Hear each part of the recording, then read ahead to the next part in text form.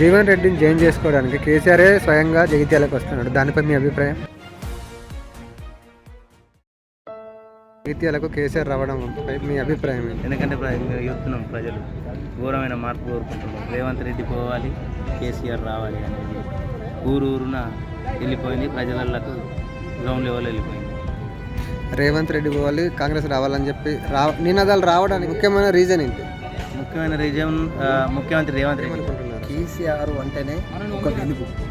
కేసీఆర్ అంటేనే జిల్లాలలో ఒక ఆదర్శం. జగిత్యాల రావడానికి ఎందుకు ఎంచుకున్నారంటే, ఇంతకుముందు కేసీఆర్ గారు ఎంపీగా పోటీ చేసినప్పుడు కరీంనగర్ నుంచి ఎంచుకున్నాడు. ఉమ్మడి కరీంనగర్ జిల్లా అంటేనే సార్కు వినలేని ప్రేమ, అభిమానం. ఎప్పుడు చాలు చేసినా కూడా ఉమ్మడి కరీంనగర్ జిల్లా నుంచి చాలు చేస్తారు. అదే ఈ రేవంత్ రెడ్డిని ఓడించాలనే ఒక ఆలోచనతోని ఈరోజు మన ఉమ్మడి కరీంనగర్ జిల్లా జగిత్యాల మండలాన్ని ఎంచుకోవాల్సి వచ్చింది. రేపు కేసీఆర్ సార్ జగిత్యాల పట్టణాన్ని విచ్చేస్తున్నాడు.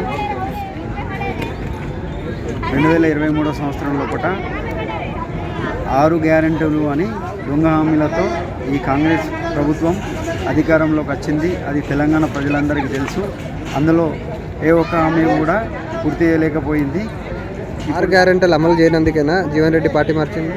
తెలంగాణ ప్రజల లోపల ఇప్పుడు 6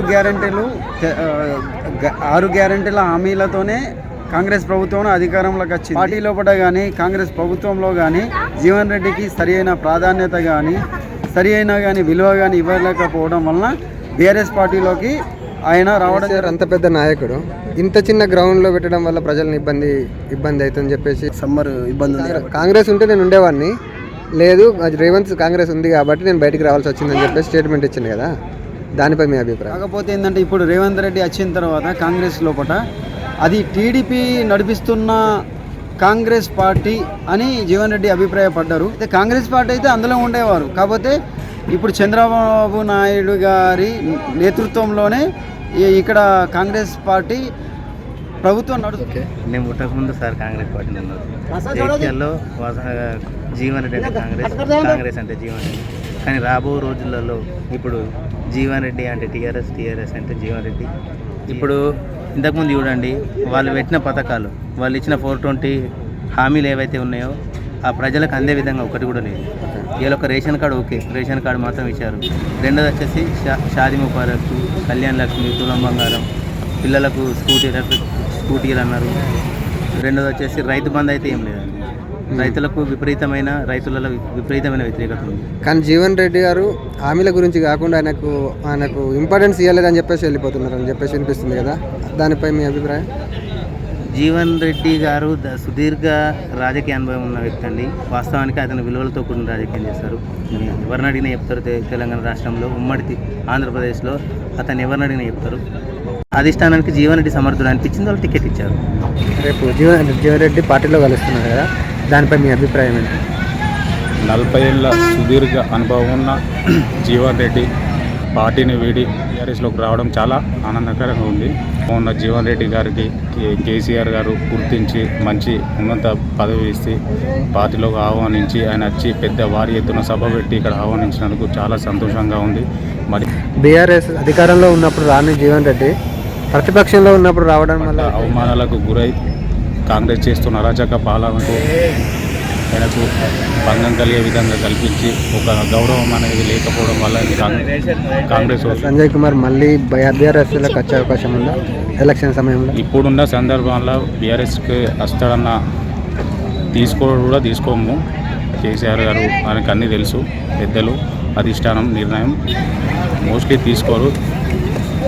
తీసుకుంటే మీరు యాక్సెప్ట్ చేస్తారా? తీసుకుంటే మాత్రం మేము యాక్సెప్ట్ చేయలేము. ఎందుకంటే రాజకీయ భిక్ష పెట్టిన కేసీఆర్, కవిత ఆ పీరియడ్లో ఉన్నప్పుడు కేటీఆర్ కావచ్చు, రాజకీయ భిక్ష పెట్టి అప్పుడున్న ఓరుగంటి రమణారావుని కాదని చెప్పి నన్ను టికెట్ ఇచ్చి పిలిచి టికెట్ ఇస్తే ఈయన పెద్ద మోసం చేసి ఇప్పుడు ఆయన సొంత అభిప్రాయాల కోసం, ఆయన సొంత స్వార్థం కోసం ఆయన పార్టీ మారడం జరిగింది. సార్, రేపు జీవన్ రెడ్డి పార్టీలోకి మారుతున్నాడు కదా, దీనిపై మీ అభిప్రాయం ఏంటి? మంచి పని చేసి ఇంతకన్నా ముందు ఉంటే అయిపోయి ఇప్పుడు ఇంకా లేట్ అయ్యిండు. ఇంతకు ముందు పోతే అట్నే ఉంటే మంచిగా ఉంటుంది. అట్నే పార్టీ ఇంకా మంచిగా. బీఆర్ఎస్ అధికారంలో ఉన్నప్పుడేమో పార్టీ మారలేడు కదా, ఇప్పుడు ప్రతిపక్షంలో ఉన్నాడు కదా, ఎందుకోసం మారుతున్నాడు? అతనికి అసలు ఆ కాంగ్రెస్లో తనకి విలువ లేకుంటుంది. అందుకొరకే సముచిత ప్రాధాన్యత ఇయ్యలేదు ఆయనకు.